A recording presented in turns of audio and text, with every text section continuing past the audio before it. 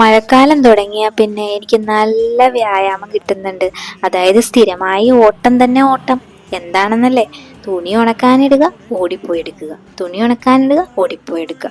വിറകുണക്കാനിടുക, ഓടിപ്പോയി എടുക്കുക.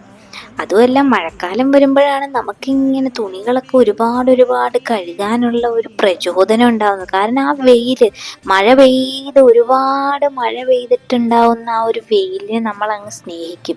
ആ വെയിൽ വരുന്ന സമയത്ത് നമ്മൾ പുതപ്പും ഉള്ളതെല്ലാം വലിച്ചു വാരി അലക്കും.